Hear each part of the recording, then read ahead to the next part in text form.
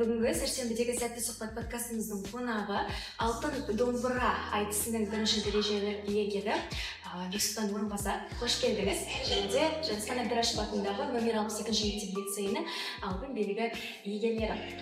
Сәлеметсіз бе, Бексұлтан ағай? Бүгінгі подкастымызға келгеніңіз үшін өте қуаныштымыз. Ең бірінші көрермендеріміз сізбен таныс болу үшін өзіңіз туралы қысқаша айтып кетсеңіз. Рахмет. Негізі арнайы уақыт бөліп осы подкастқа шақырып жатқандарыңызға. Мен енді осы аралға мен де жат емеспін. Осы аралдың ел баласымын, осы аралдың тумасымын. Арал ауданы Шөдішкөл елді мекенінде өмірге келген. Қазір енді 13 жасымыздан бастап осы аралдағы спортшыларымыздан апаларымызға тәлім алып, өнер саласына бет түзеп, қазіргі таңда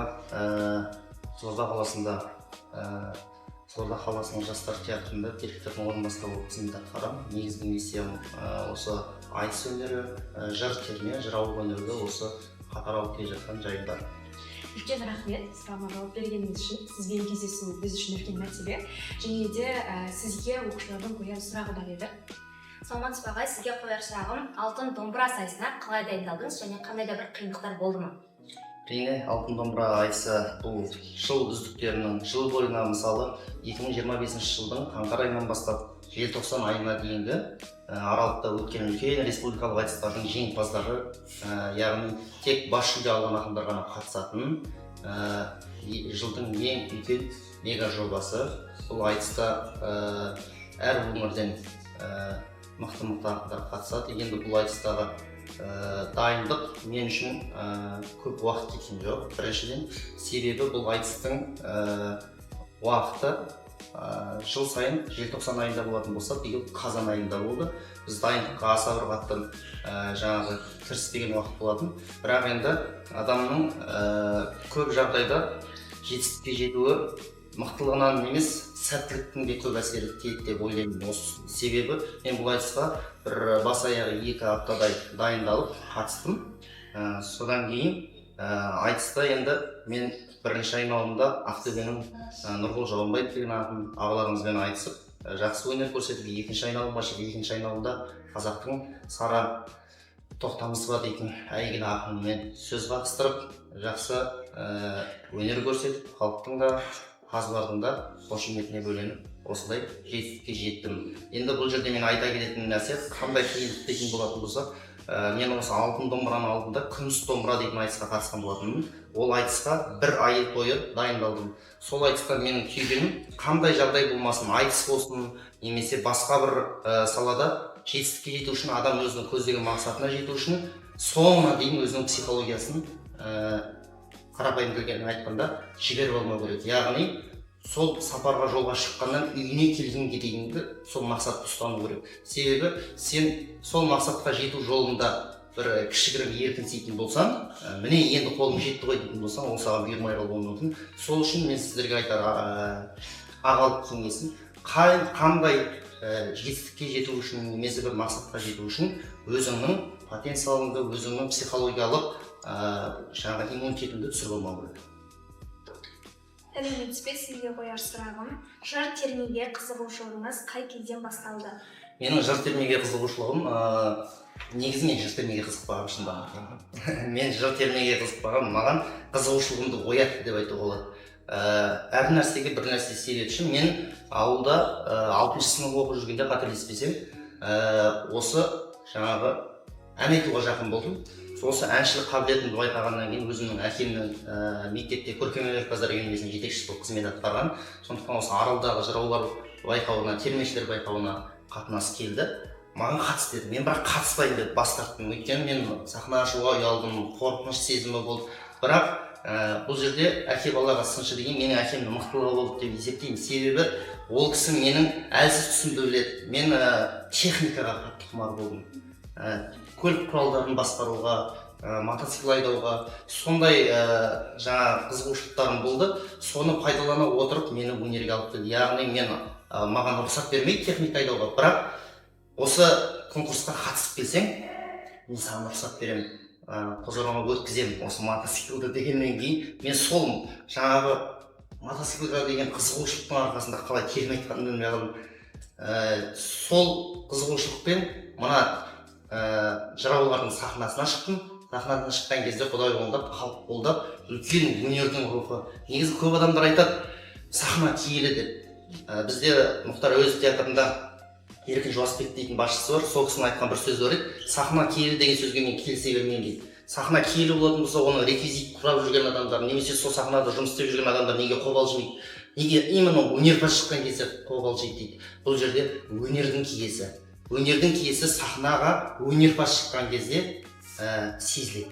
Сол үшін мен жаңа термешілердің конкурсына сахнаға шыққан кезінде өнердің киесі сезілді, халықтың қолдауы сезілді. Сол себепті мен осы өнерге қызығушылығым артып, осы жолға түсіп кеттім. Одан кейін жан-жағымыздан жаңағы артық тұсымызды жоғалып, кем тұсымызды толтырып, біздің осы жақта Айбек Әрбергенов ағайымыз, университетте Руслан Ахметов дейтін ұстазымыз жан-жақты қолдаулар көрсетіп, осы деңгейге дейін алып келді. Бұдан да жоғары белестерді бағындыруға мүмкіндіктер болады деп ойлаймын.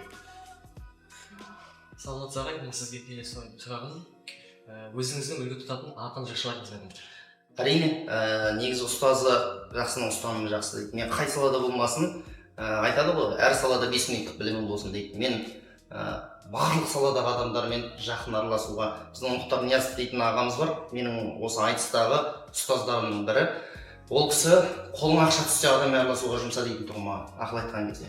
Сол себептен мен айтыс саласы болсын, жыр терме саласы болсын, өзім қандай сол рухани саласына қызмет етіп жүрген адамдардың барлығын өзім рухани ұстаз деп есептеймін. Ал менің өнерге алып келген ұстазым, осы айтыс саласына тәрбиелеген ұстазым Қызылордада осы Аралдың тумасы, Бөгеннің тумасы Ержен Сәртек дейтін өздерің сияқты білімге құмар математик, ұстаз, ақын ағамыз бар. Сол кісі мені осы айтыс өнеріне баулыған. Ал енді жыраулық өнерге жаңа айтып өткендей мәдениет саласы үздігі Айбек Әрберген ағамыз баулыған. Бексұлтан ағай, сұрақтарыңызға жауап бергеніңіз үшін енді сұрақтар легін өзім жалғастырсам. Осы жаңа айттық қой, алтын домбыра жарысы деп жатырмыз. Осы жарыстан жеңгеннен кейін өміріңізде қандай өзгеріс орын алды? Менің бұл жарыстан жеңгеннен кейінгі өмірімдегі өзгерістер көп болды. Біріншіден, мен адам жаспен өспейді, жауапкершілікпен өседі дейтін сөзді еститін тұғым. Сол жауапкершілік артқан сездім. Себебі өзіңнің сөзіңді айту бір бөлек, көптің, халықтың, елдің сөзін айту бір бөлек. Бұл екеуінің арасында жер мен көктей айырмашылық бар. Сен өзіңмен өзің болсаң ол ештеңе емес, сен халықтың, сен мына Аралда тұрып Қызылордаға шығып кетсең, сені аралық деп есептейді. Ал сен Қызылордадан ары қарай республикаға қарай шығып кетсең, сені аралық деп есептемейді ешкім, сені қызылордалық дейді. Ал сен Қызылордадан республикадан ары қарай шетелге кетіп қалсаң, сені ешкім қызылордалық немесе астаналық дейді, сен қазақстандық дейді. Сенің әке-шешең кім екені, сенің кім екенің бұл жерде маңызды емес, сенің қайдан кетіп тұрғаның, қай елден шыққаның маңызды. Сол үшін мен ойлаймын, елдің жүгін арқалаған адам бәрібір ол белгілі бір деңгейде жауапкершілікті сезіне білу керек, және ол сондай заңдылық деп есептеймін. Мен сол алтын домбыра айтысынан кейін өзіме деген сенімділігім артты біріншіден. Екіншіден, халықтың қолдауы, халықтың артқан сенімі сезілді. Бір сөзбен айтқанда осылай. Үлкен рахмет. Одан да үлкен белестерге жетуіңізді тілейміз. Саламатсыз ба? Қазіргі кезде домбырамен жыр өнерін дамытуға не істеу қажет деп ойлайсыз? Бізде қазақта жақсы сөз бар, заманы түлкі болса тазы болып шал дейді. Барлық жағынан адам қабілетті болу керек. Қазір уақыт машинасы, ақпараттық соғыстар жүріп жатыр, сондықтан қандай деңгейде болмасын, осы өнерде колорит дейді, бұл жыраулық өнерде, ақындық өнерде қазақтың қанына біткен өнер. Бұл өнерді дамыған мемлекеттердің барлығы жоғалтып алған бойынан, олардың да кезінде бойында белгілі бір деңгейде мәдениеттері болған. Айтады ғой, сенің еліңнің мәдениеті мен жаңағы руханияты жоқ болса, шекараңды аша бер. Ол сені ол елді қорғап қажет емес, ол ел өлген рухани тұрғыда. Ал рухы өліп қалған елдің ешкімге қажеті жоқ, ол ел өзін ақтай алмайды. Тілі мен мәдениетін жойып алған ел шекарасын аша берсе болады деген сөзді келіспесем. Сол сияқты бұл мәдениет, жыраулық өнерді қай кезде қалай дәріптеу керек, яғни қазіргі жастардың тілінде әркіммен өз деңгейінде сөйлесу керек. Жетеспеге, бұндай дәрежеге қалай жеттің дегенде бимен биші, құлмен құлша сөйлестім деген екен. Сол сияқты жастарға жастардың тілінде жеткізу керек жырды. Бұның барлығы белгілі бір период, ертең бұның бәрі ауысып, өзінің таза қалпына келеді бір күні болмаса бір күні. Сол үшін осы өнерімізді, жыраулық өнерімізді, айтыс өнерімізді, басқа да рухани осы мәдениет саласындағы жоғалып бара жатқан өнеріміздің барлығын осы бір кезеңдерден аман есен алып шықсақ, біздің Қазақстан, қазақ ұлты үлкен деңгейдегі жаңа руханият тұрғысынан да, экономика, әлеуметтік салаларда барлық жағынан алда болатынына сенемін. Сізге қояр соңғы сұрағымыз, жас жыраушыларға қандай кеңес берер едіңіз? Жас жырауларға қандай кеңес беремін? Негізі мен өзім жаңағы өнерден бүгінгі өмірге де келгеніме көп болған жоқ. Енді бірақ кеңес ретінде айтарым, жас жыраулар тыңғылықты ізденіс керек. Бірінші, жырау дегеніміз бұл жыраулық өнер. Жырау болу үшін әуелі сен қолыңа домбыраны ұстау. Жырау деген кім ол? Жырау деген екі дүнияның ортасын байланыстыру дейтін кәдімгі әдеби тұлға, көрнекті тұлға, тарихи тұлға. Яғни бұл жерде сен өте білімді болу керек. Жырау кім ол? Жырау әнші, жырау ақын, жырау саясаткер, жырау әлеуметтік педагог, барлық жағынан жырау қабілетті болу керек. Жырау күйші. Бұл жырау деген атақты алудың өзі бірінші мынау термеші деп басталады. Терме сен тағылымды насихат қысқа мазмұндағы шығармаларды жаттап айтады. Толғау одан кейін жыршы деп айтады. Ол қысқа толғаулар мен термелердің басын қосып айтады. Ал жырау өзінің жанынан шығарып және тарихи жырларды қоса жаттайтын және өзінің жанынан мақам шығаратын, өзінің жанынан жыр шығаратын адамды жырау деп айтады. Мен енді қазіргі жастарға өзінің жанынан жыр шығару үшін, өзінің жанынан мақам шығару үшін тарихты зерттеу керек біріншіден. Екіншіден осы әдебиет пен мәдениетті зерттеу керек, тыңғылықты жаттау тұр. Негізі жаңа тамшы тама тас теседі дейді ғой. Тұрақты түрде бірақ үздіксіз жаттай беру керек. Және соны ұмытып қалмауға жағдай жасау керек, оны қорытып отыру керек. Білімнің ақысы деген нәрсе болады. Яғни сен білімің бар ма, оны өзіңнің бойыңа жинай бермей, оның сен ақысын беруің керек, яғни бөлісуің керек адамдармен. Сен бөліскен кезде қайталау білім анасы дейді, сен қайталап біреуге өзің оқығаныңды айтқан кезде ол сенің екі есе бойыңда жаңғырады және жаңа идеялар қалыптастырады. Айтайын дегенім сол, жас жыраулар тұрақты түрде іздену керек, жаттау керек. Бексұлтан ағай, сұрақтарымызға жауап бергеніңіз үшін үлкен рахмет. Және де бүгін алтын уақытыңызды бөліп келгеніңіз үшін де рахмет. Біз үшін негізінде сізбен кездесу үлкен мәртебе, өйткені сізден біз құнды ақпараттар ала білдік.